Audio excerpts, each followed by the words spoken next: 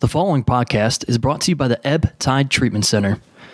Many people wrestle with addiction. You don't have to. Reach out to the Ebb Tide Treatment Center, where they wish to empower each individual encountered with the support, hope, and tools required for long-term sobriety, priding themselves on providing the best possible treatment experience for you and your loved ones based on unique needs. They're committed to breaking the stigma that plagues those suffering with addiction and their families by educating and bringing awareness to the community. The Ebb Tide Treatment Center provides individual and group therapy, multiple recovery pathways for support, evidence-based clinical support, integrated aftercare social reintegration, personalized treatment planning, program addressing whole life health, and Vivitrol program, all available. If you or someone you know is struggling with addiction, reach out to them at ebbtidetc.com or call 844-430-4357.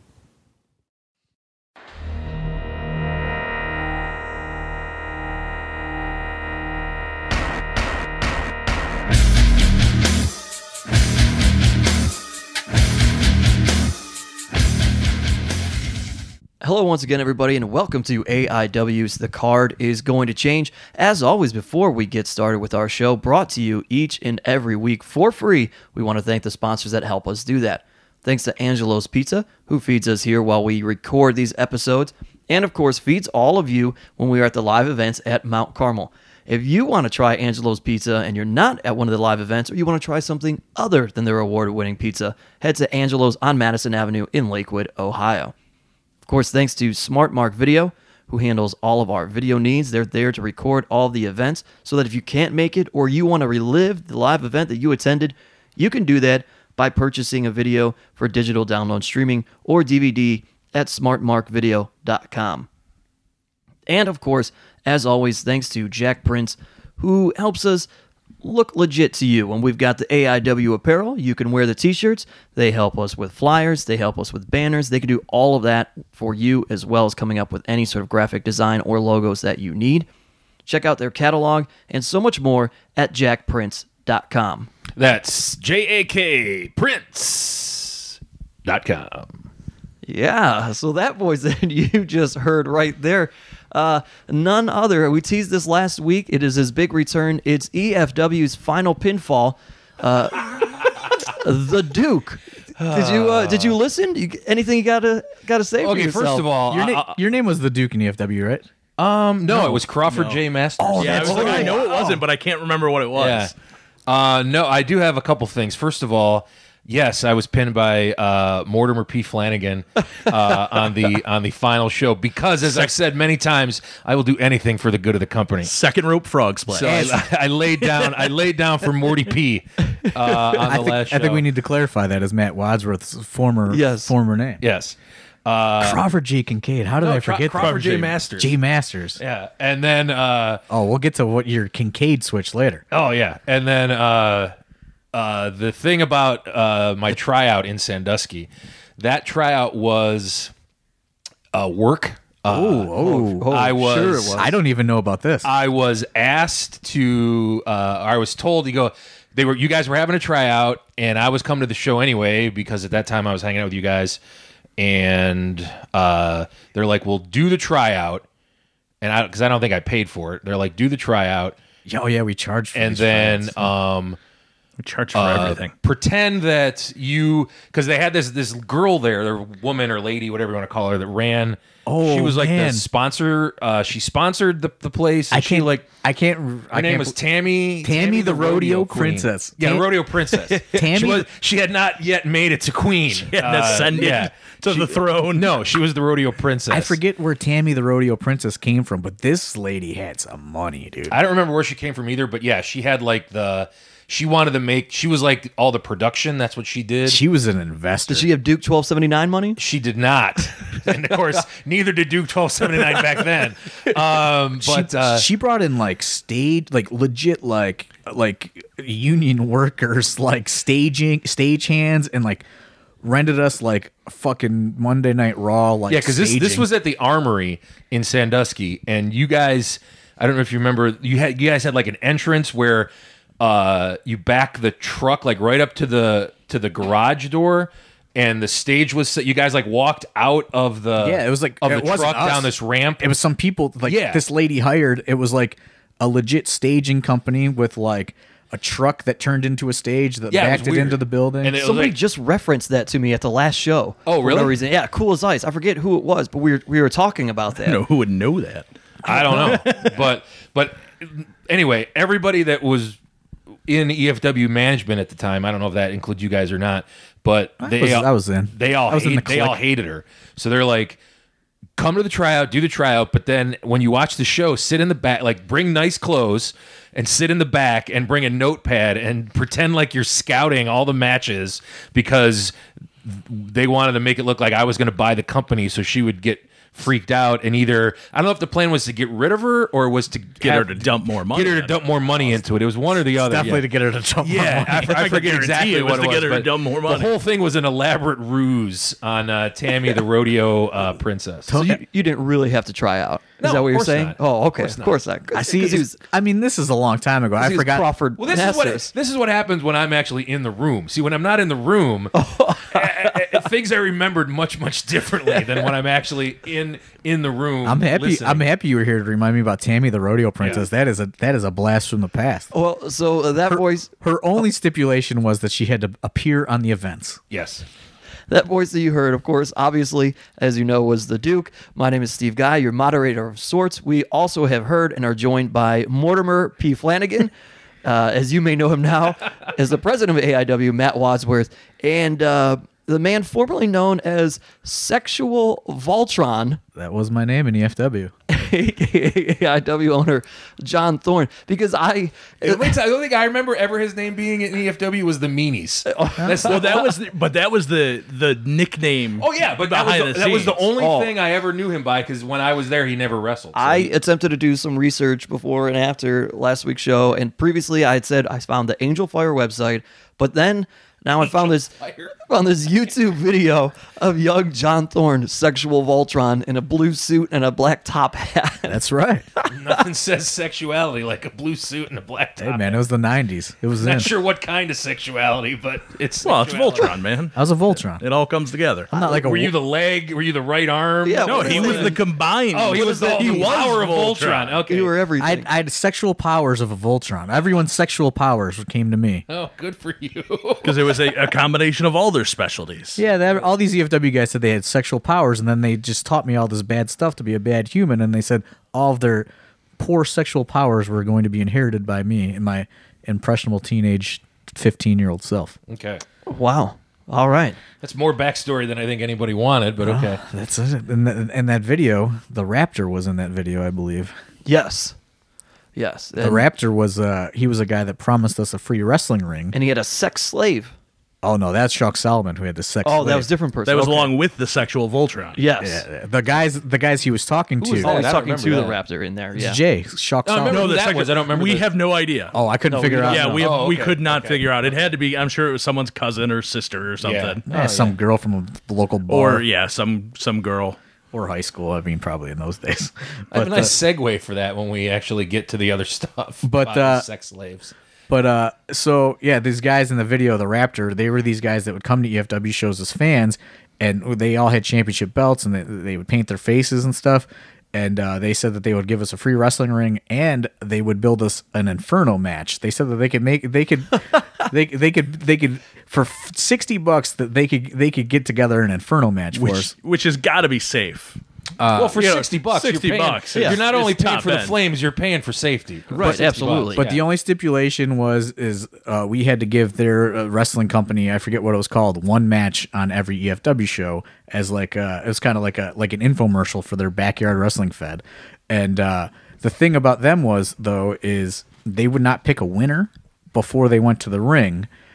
They would just decide who was doing better as the match went on, and that's how they would decide who was going to win. Who would decide, though? Yeah, like based on Because, like, if you and I are wrestling, you're going to think you're doing better, and I'm going to think I'm I doing guess better. they were just had an understanding. based on fan They, reaction. they set the egos to the side for the better of the match. Is it based on fan reaction that they knew they were doing better? No, or I not? think it was based on their own I'm doing cooler Their stuff. power meters. Whoever had more health Yeah. on their bar. As the Well, match let's be honest. progressed. These were the same guys who I believe their description was about what, peyote and Howling at the Moon. Oh yeah, and So- one guy was just named the Burn Guy because he was excessively burned, and that's what his wrestling name was, the Burned Man, the Burn Guy.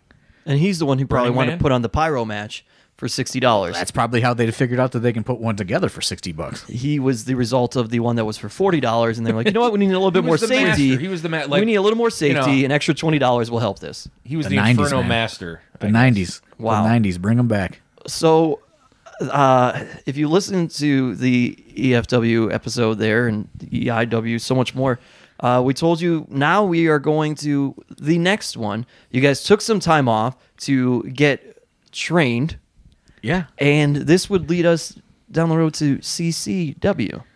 Well, and Well, I wouldn't just gloss over all that. I mean, there's stuff there. kind Yeah, of. Well, there's some I in mean, between. Well, yeah, I think so. I mean, the training. because you think it's. I think maybe it's Who was doing the of training? the people that were in EFW when it closed. Yeah. Who actually showed up to the training It was When a we actually- very smaller number. when we actually Yeah. started training? Yeah. I mean, How many would you say?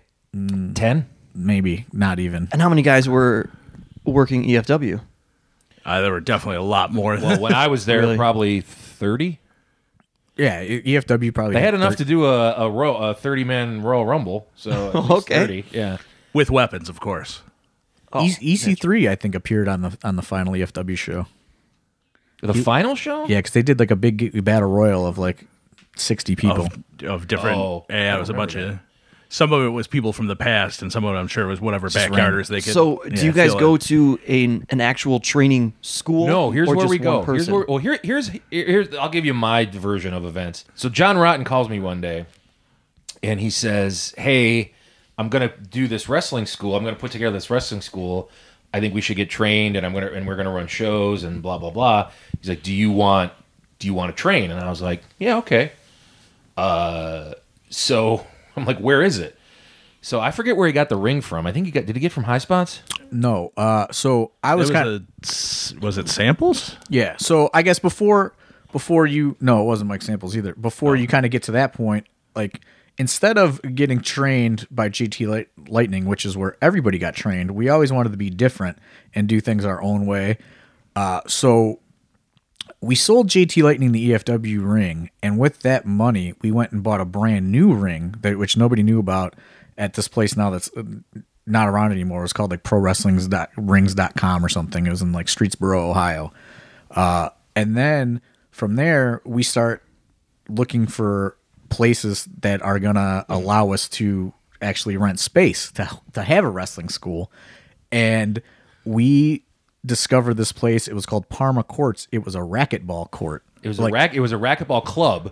You know, if you ever been to like the old back wall in Westlake or whatever, they had like 4 or 5 racquetball courts. They had the most 1960s bootleg workout equipment Upstairs. like upstairs. yeah, it was like a gym, and Awesome. And then I don't know if they had anything else besides the racquetball courts. they had like a bar, like they had a liquor. Oh license. yeah, it had like because when you get done playing racquetball, you got Sure, you gotta have a drink. Yeah, absolutely. and so they let us Which rent, made it the perfect place for our group of people. yeah, they let us rent one of the courts out, and the ring actually fit like perfectly into the court with maybe like a foot of space on either the side. sides. So you had plenty of room in the front, some room in the back, depending on where you set it up. Right. And you had just enough room on the sides to kind of squeeze by and use the ropes and stuff like that. But it fit in there. But the problem was, every class we had to set it up And tear it train, down. and then tear it down Really? yeah. because those racquetball for a while. So you only were able to rent the space for like that day's usage. We had a couple we days a like week. Tuesdays and Thursdays. Yeah, it was we a couple had. days a week. Okay. And they would let us store the ring there and in a closet space, but we would just have to set it up and tear it down. Which sounds shitty, but there was 10 or 12 people there. It was a fairly usually. quick So process. it went pretty quick. It took about a half hour, and it was pretty easy to set up for the most part. But eventually, we got to the point where people stopped playing racquetball. So she's like, "You can just leave it up." But- so we got to leave it Well, up. and I didn't train because when the time came up, I said it's a waste of my money. I knew I was Because you too were so small, good. too out of shape that second I wasn't rope gonna frog be- splash You was didn't enough. want me to get my win back. I wasn't giving it back. Yeah, that's all. But so Are we but setting I up was still, Absolution 13 right now? I was still investing essentially. It was still part of it. So I would come, set up a camera, film the training sessions. So while I was upstairs filming them training down, one of the members of this racquetball club would frequently stop by to chat me up because he had a son who was training to be a professional wrestler at the time out in California. Wow. This would be George Mizanin, better known as Mike the Miz's dad, would frequently tell me all about the Miz's training out in California. And I used to go to George Mazanin's ex-wife's Mr. Hero in North Homestead because there's pictures of Mike all over the place on the bulletin board in that joint. I even forgot that we had the Miz booked In straight EFW. straight off of Real World because he was Rob Lover of RL Video Fame's best friend in middle school, and we had him booked. And Miz came to EFW shows, and he was going to wrestle for the first time before being trained, and then he got cold feet, and I think actually moved to California. Yeah, he instead went of out to doing California, was training out there. So, yeah, I used to, the Miz's dad used to talk my ear off while these guys were down there training. Do you still have those tapes somewhere? I think I gave them to probably John so you guys could watch them back afterwards to If see. anyone could find John Rotten, he's probably got a gold mine of footage somewhere.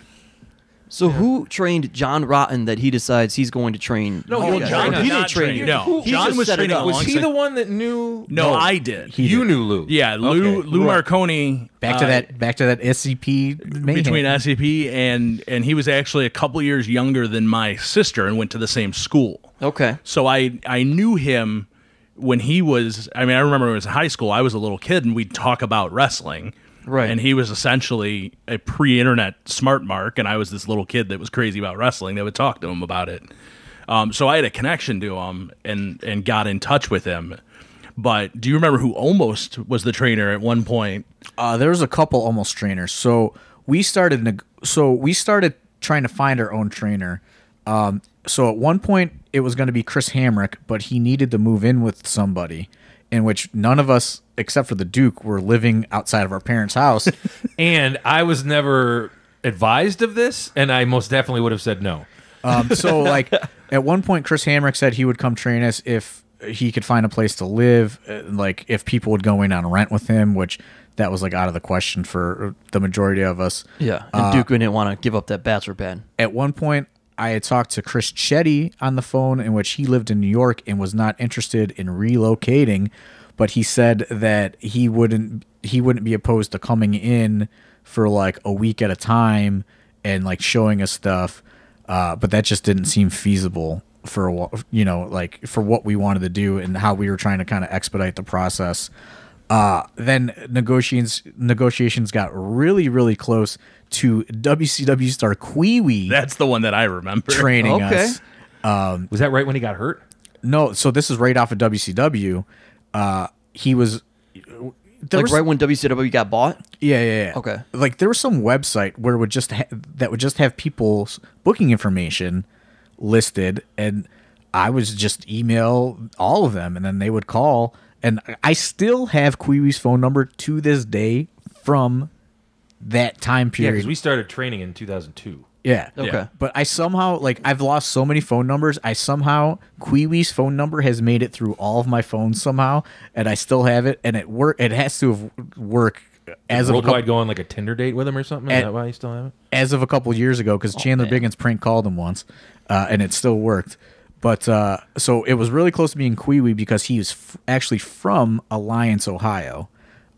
So that was close, and then we eventually decide that based on all the financial obligations involved with renting this racquetball court, and then we were going to have to pay a trainer, that Lou Marconi was going to be our best option because he was local and he at that time had like some name value, like some clout on the He independent. had some, but he was never. If you only followed Cleveland independent wrestling, you didn't know a ton about him because he never really caught on here. But he was big in Pittsburgh at the time. Okay. With Steel City. Yeah, and like other places in like Philly and stuff like that. So he eventually trains us, but And he even had a small ECW run, actually. but the catch is he is injured, so he can't really get in with us. You can't go in and bump. But I guess we'll go back to the Duke. You know, you tell your side of things or whatever. Well, no. So he's like, "Do you want to train?" I said, "Sure, absolutely." So what's the deal? And I don't remember what the cost was. It was cheaper if you were an EFW. Yeah, the Yeah. EFW Yeah. alum, it got cut in half. It was like $50, I think. or And it something. was Tuesdays and Thursdays at this racquetball joint. So, like, okay, so we go, and I didn't know who Lou Marconi was from Adam, and so I'm there, Thorne's there, Rob Lover's there, Mike Stryker's Mike there, Stryker. John Rotten's there, Shock Solomon's there, Masked Fish is there, the Thrillbilly, Thrillbilly is there, Thomas Von Erich. Thomas Von Erich is there, a pretty boy. Pretty Boy was there. The Butcher started Yeah. from Revelation Yeah, he was- 13, but he didn't. He was didn't there. Finish. Yeah, he was and there. Leviticus was there. Oh man, I forgot about that. So like 10 or 12. Okay. You know? So enough. Bill Hall. Bill Hall was there. Yeah, enough that it was a decent class. Yeah. I forgot you know. Leviticus was trained. Well, I wonder what Yeah. happened to that That's guy. a solid amount of people to learn with and Yeah, kind but- of and then- train and and partner then- up with. Then Carrie was there. Oh yeah, Carrie. We had one girl that was there. She wasn't from EFW. She just wanted to do it. She'd been around EFW. Yeah, she'd been around it. So, I mean, the training itself, it was real. Having watched some of the AIW training classes, some of the other training classes, it was way too easy. Yeah, like he did not push us. There wasn't any kind of conditioning. We or- learned stuff. Yeah. I mean, clearly, obviously, we've learned. I can tell you which things. way your feet are supposed to go. Yeah, we've on a learned headlock. I know things. that much. But he didn't really like. You watch the kids at the AIW school; they go for like an hour and a half before they actually, wrestle. Yeah, right. And yeah, we- when not to jump ahead, but when the AW school opened and Johnny comes up with just this how they open, and I go, dude, this was not part of my training. It was like no, every time I went, I was like, because I would go with thinking, okay, like I'd go to their school and I'd be like, all right, maybe I'll get in there and roll around a little bit and do some things, and they're doing all this shit, and I'm just like, yeah, I'm going to stretch for a couple more minutes. I'm not loose enough. I'm old, so I'm not loose yet, which is not a lie, but I'm gonna loosen up a little bit more. And then once they started, like I would do like one drill, and then I'd be like, all right, I'm good. I'll jump in sometime later. Yeah, it's nuts. but the CCW school was like different. It was like a lot of like just bump. Yeah, bumps. It was headlocks. Yeah, just we basics. learned how to do things. We are, anyone that was there for the entire length of time is a professionally trained wrestler. They're just maybe not in Training methods have advanced. Yeah, a lot. You weren't since doing then. a lot of the conditioning aspects. No, and I'm being being rolling honest. and rolling. I can sugarcoat it, but it's the truth. It was a lot of this is how you're going to put a guy in a headlock. You should be facing this way. we This is a learned- lockup. Yeah, it was Yeah. real basic stuff. We Yeah. learned all those things. We learned the holds and reversals, and we learned certain spots, certain bumps. We did everything. We just Yeah. didn't do it as vehemently, maybe, as some other all right. schools might do it. It wasn't as militant, I guess. Yeah. I don't know. Well, when you yell at people, I seem to remember feet being wrong in the headlock, setting him off. Yeah. Hey, everybody's got a line, Flanagan.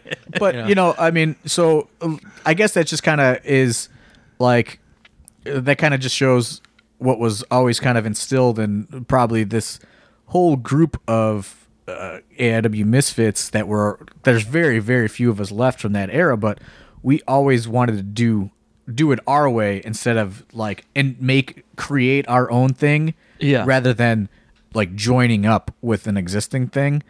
So we created our own wrestling school, and Went out and found someone to, a trained wrestler to train him. Like we did it all on our own. You know what I mean? Like it wasn't Right. like, hey, like we're gonna train ourselves. Like we went and we hired a guy. Like we had to pay him like weekly. Yeah, he got like a percentage basically of what came in off of the training. Well, you had a little bit, thankfully, for profit due to the fact that you weren't shelling out, all that money for the shows thanks to Tammy the Rodeo Princess. Well, no, this is She was gone. She was we gone weren't by running then. at all. that's what I'm saying. Well, she paid for all that stuff. John Line your pocket. John Rotten was probably rolling in cash. Like, but so There's some things that I don't think we can even say allegedly at this point. yeah, I mean, we'll just leave it at that. It's sexual, baby. What's up, everybody? Alex Worldwide Keller here to tell you all about at Thrift Store Jobber on Instagram and the shirt he has for you this week. You guys really ought to give yourself a hand because it is Sexual Chocolate Mark Henry. That's right. On the front, we got a nice sexual chocolate wrapper with a little nibble taken out. And on the back, we got the nutrition facts. And did you know that there are 100 grams of protein in Mark Henry? I think there's more than 100 grams of protein, but that's what it says on the shirt. And you can find that shirt at Thrift Store Jobber on Instagram, Etsy, eBay. Use promo code WORLDWIDE to get 10% off any order and find out. Oh, hubba. I gotta go to the bathroom, guys. I'll see you later. Sexual, baby. Yeah, right on now. So how long do you guys? We trained for 1 year. Okay. No, that's not. No, even it was true. 6 That's months. A lie. 6 months. I to thought the it was first 1 show. year. I think I started. We started in October. No, we started in No. I started in October. Oh, you and started- I was maybe a month behind. Yeah, when I think we started. It was 6 months to the first Well, show. the first show was March 7th, 2003, because that was the name of the show. the creatively named 3703. So I remember that. I think we start. So I think we start September of 2002 training then. Okay. Yeah, it was a solid 6 months of training leading up to that first Which, show. again, probably isn't enough, but the way the show was set up, You were the only guy that worked with a vet. Oh no, Well, no, because the original lineup did have a bunch of Veterans? of trainees working each other, and to his credit, Lou said, "I don't think that's a good idea. Mix them in with veterans. Mix them in with the veterans you're Yeah. booking." So it was a lot of like there I was was the only a one that worked probably a singles. true veteran. I don't that had been remember- around for a long time. I don't even remember who. Well, no, I think I wrestled John Rotten. JT and Well, and- there was like a 6-man or a 10-man. didn't That's late. that wasn't when the ring broke, was it? When Oh yeah, that's Thrill first Billy? show. Yeah. So okay, I guess we'll. That was JT and Dave and Fab. Maybe. Probably because he Against- was on McChesney was on those Thrill shows. Billy or whatever his name was then. I forget. Well, because we all had different. I think he was always everyone- the Throwbilly. I don't know. think he was. No, everyone had different names. We all come had on, different because names. we were going to cut ties as much as possible. We were going to be straight. We were going to do things the Yeah, right way. It was so Yeah, so- we wouldn't so get you had identified with the other Seamus stuff. O'Reilly. You had the email. PC lover. Yeah. So I guess Is that you? so I guess before like we'll jump into this is we knew that we were always going to run a show. We knew that we didn't let anybody know that we were training or anything. It was like this big secret locally. Right. But we always knew that we were going to run a show and it was going to be like I think as far as I know at the start at least the owners were me, Duke, and John Rotten. We were going to own this company as a trio. I think I had. And- I and- was in on that. Yeah. and Mortimer P was in on it. So those were the four guys. We were in as the owners of this new wrestling promotion. And then, we had set up a show and all this stuff and we hadn't at this point, it's probably close to a year since the last EFW show whenever we planned to do this. And we decided that we're going to add production. We had video screens and stuff in like 2003. went out and filmed. Oh yeah, like, everybody filmed a Vignettes. little vignette for what Yeah. they were doing. I remember you guys went to the Castle Bar that I don't even know if It was called O'Reilly's. Yeah, it was called O'Reilly's, and he was Seamus Remember O'Reilly. Thrill Billy was walking the railroad tracks. Yeah. that was his. You had My- Stryker and John had the low angle shot with the twin tower, the terminal tower behind somebody them. was at the cemetery. We had some. Masked Fish. No, we had those two guys, Frost and the one guy. Oh yeah. Well, and Masked Fish was with him though. He did some kind of I don't remember what the name of the gimmick was, but he did some kind of like he had this all black mask. It's like Victor something. yeah. He talks to me all the time. I was Shit, at a he'll tell coffee me. shop on a dating website. That was my gimmick. Yeah, it was all sorts of fun. More things change, the more they stay Yeah, the same. exactly. hey, it's all based in real life. Yeah, Yeah, Ron just at a bar on a Ron dating Caribbean. app. Yeah. Caribbean. Yeah, I just remember Thrillbilly walking on the railroad tracks, like in the snow, all by himself. That was great. Yeah, we had high hopes for Cleveland Championship Wrestling. Yeah. And then we do the first show. Man, I wish I knew what these matches were. I think I remember my two, and I think that 8-man happened when the ring broke. yeah. With I think JT and those I guys. think it was me and Romeo Vino against John Rotten, Jonathan Arson, and And Stryker? Striker. Mike Stryker, but I can't remember I what his can't name remember, is. but they did Michael. because initially for the promos I had done like an evil preacher gimmick basically as Yeah. their manager, and then didn't manage them. I'm pretty sure I ring announced the show instead. Okay.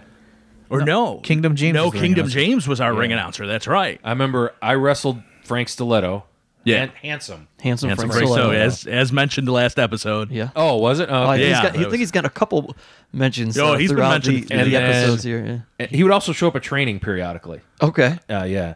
And then we had the battle royal for the title shot at the end, which- where it came down to me, which was the gauntlet for the gold. yeah, it Yeah. came down to me and Rob Lover. Well, Tyson except Bishop. we did the last two wrestled a singles match. Yeah. Yeah, that's what I'm saying. We did elimination, like we came out gauntlet style, and then the last two left were me and Tyson Bishop or Rob Lover, whatever you call him, and then Lou was the special referee, and we had a straight match for about 5 minutes, and he And threw a Lou- chair in the ring, and I was going to hit him, and Lou grabbed it from him, and I turned around, and Lou just fucking annihilated me with a chair shot.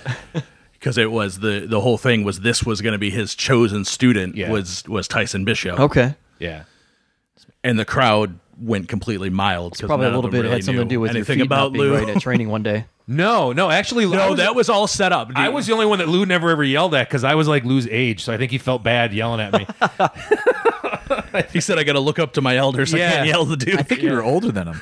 It was close. I'm not sure. It was close. So that's 373.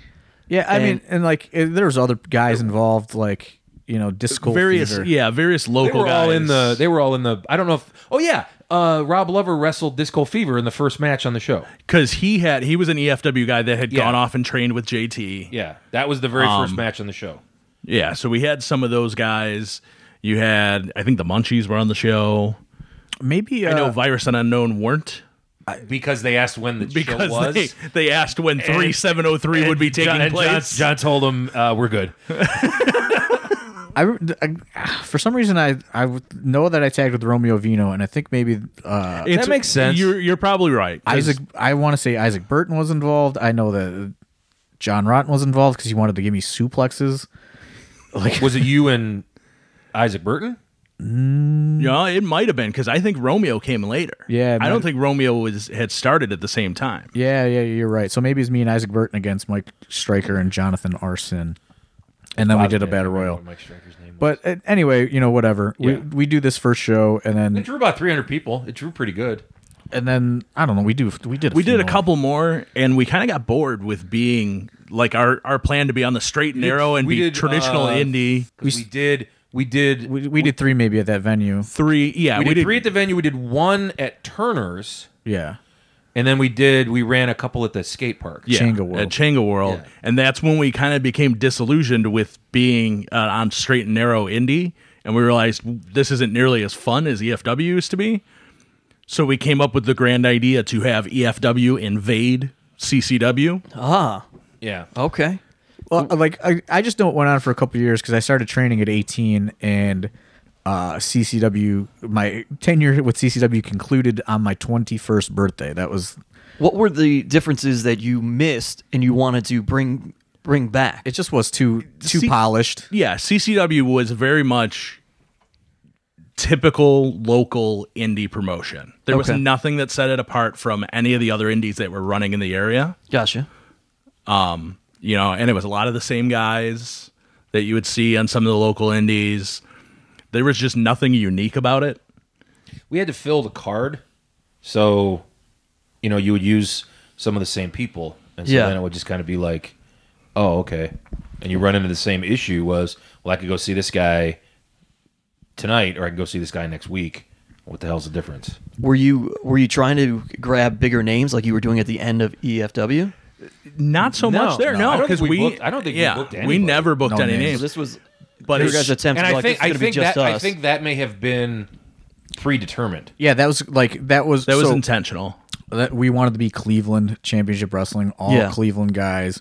And I know that like we were trying to get a TV deal for like a really long time, and we had one, and then I don't remember what happened. Like we had a deal with like I think maybe Channel 43 or Channel 19 or something, and then it just fell through. And then this is the third show we did. I remember we did an angle where we announced TV. that was supposed to. Well, I did an angle with Josh Prohibition as I was hurt. I had blown my knee out playing softball like 2 weeks before that. Well, and you were team with softball. I was Ray. with Ray. Yeah. I was with Ray. Ray had just started, and we were doing an angle with him and Josh, and we kind of set it up because it was going to be this big TV angle that we were doing, and then we never did anything with it. Yeah. And then this is this is also at the time, I mean, not for the Duke, but for all of these, like us, we're turning, we're either 21 or getting close to 21. So we're going out to bars, or I'm sneaking into bars, and like, we're becoming less of wrestling guys and more of the go out guys. Yeah. And like go to bars all the time, and that's kind of started with training. We would go to bars after training, and then we're getting into fights and stuff like that, and then it turns into like more of about that than the wrestling show. It was more about like, I don't know, we were just like, I don't want to say we were like acting like a gang or something, but we were just going out and causing trouble and drinking everywhere, and then we just stopped like really caring about putting the shows on. Well, and it lost. Like I still remember for the big invasion they did. We were still doing the video production, so they had the opening CCW package, and it was very clean, polished. Here's highlights from the show, and then it went to the EFW package, cut in on it, and it was literally none of it was wrestling footage. It was these guys in Canada. It was jumping off hotel roofs into pools. Yeah, just shit like that. Like doing like, it just became more about like just fucking, I don't know, being weird. And like, at this time, this is like when I got a DUI at this time, and I was like underage. After getting into a fight. And like, yeah, I like dragged a guy with my car, and like I was looking at like some serious, He blames wrestling for that. serious trouble. I know this story. The Thrillbilly was involved, so I mean, there was all the wrestling guys were out. I wasn't. You probably left. I early. wasn't. No, I wasn't Even there. back then. I wasn't even there. I'd never been to that bar. Yeah, even it's back gone then, I now. don't know how I ended up hanging out with you guys because I wasn't out at the bars. Yeah, so like that's like it just started becoming more about that and like less about the shows. And then we did this blow off cage match thing, and then that's the last CCW show that ever happens. Which sucked because that cage was pretty fucking badass. I'm gonna throw that out there. Well, and it was totally. It almost didn't happen because it was measured improperly. It was measured improperly, and we got this.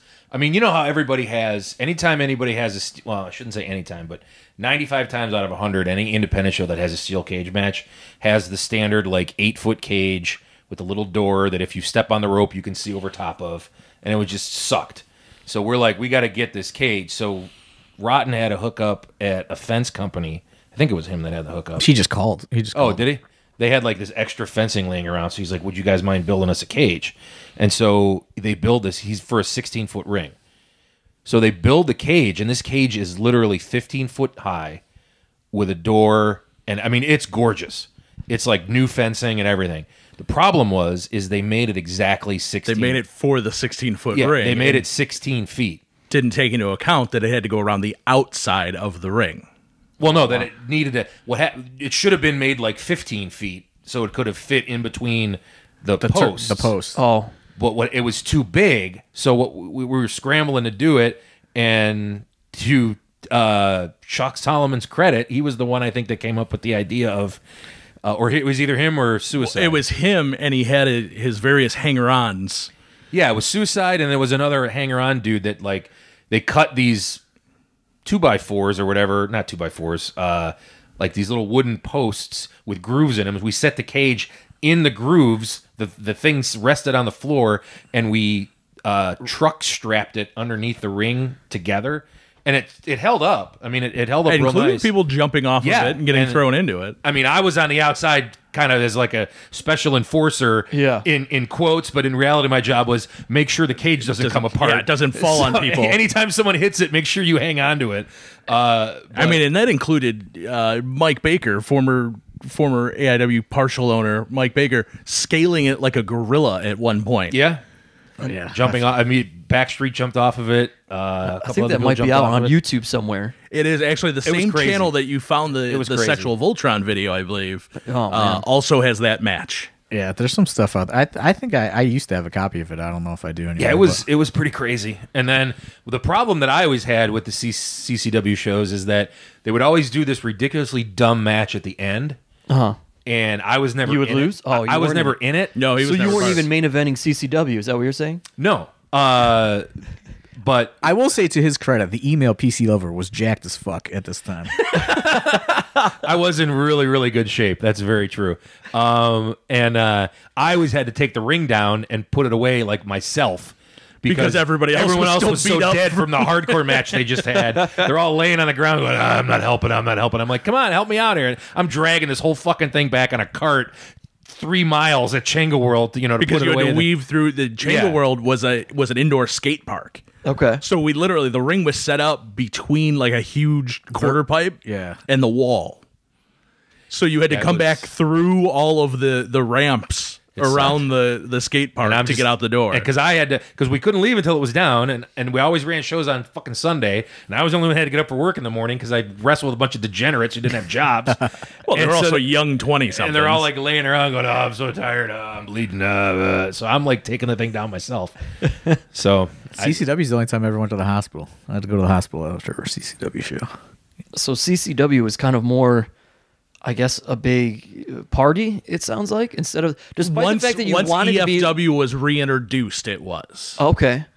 That's it. CCW was a very boring local the independent wrestling professional turbo shit. element withered a little bit. Once EFW was reintroduced, the professional element disappeared. Well, I mean, but behind the scenes, it was more of a party. It was all about the I party. mean, how much further did this continue on once you reintroduce EFW with CCW? I mean, it falls. It's like it, 2 shows. It falls apart probably 2, 3. Probably First show in at 4 months. Changa World. I think the first 4 Well, we because did. there was there were at least 2 because there was the angle to set it up. Yeah, the 3 at the VFW hall, the Ford Were all were straight all ahead. straight. Yes. The one at Turner's was straight. Yeah. I'm sorry. believe. Yes, it was And the then first one at Changa Changa World. World, I think, was Was the one. the That was the introduction, cage match. the reintroduction? No, that was no. That's when Shock Solomon Yeah, we had a couple at Changa World. Or whatever. invaded Okay. on me and hit me so hard in the back with a chair. He put like a 4-inch long bruise all the way across my back for literally no reason other than just for because I being let him do it. trained, we really didn't know how to use weapons because I remember leaving welts on the face of the Vino brothers because I swung a cane like a baseball bat at him. Yeah, you Yeah, live well, in he your knew life. what he was doing. He did it on purpose. But Well, you know. I did tell them afterwards that it was No, because not you. I'm talking about Oh. Shock Solomon. I thought He you were did going it to on purpose. say 'Cause I blamed it on their fans. I gave him my back and let him do it, and he just waffled me, and I was just like, "Oh, okay, that's cool." So where do you go from here? Well, from here, I mean, I guess I can't tell that story because I don't know.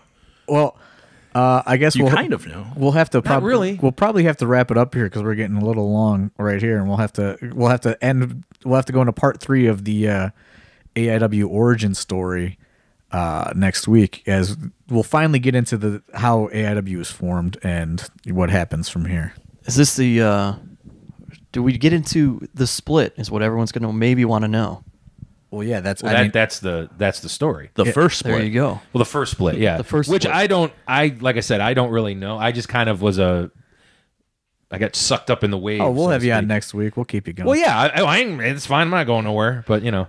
Well, tune in next week then. As you already heard, we'll be back with the email PC Lover. And Mortimer will be here. And I don't know what, your sexual Voltron? Oh, my name in CCW was Seamus O'Reilly. Oh, you were Seamus O'Reilly. And he had pants that never fit him. Oh, He had man. pleather pants that never fit him. no, I had crushed velvet pants. In Oh, honor of crushed velvet pants, I'm in sorry. honor of Chris Chetty. all he did is every match he had was pull him up. That's all he did.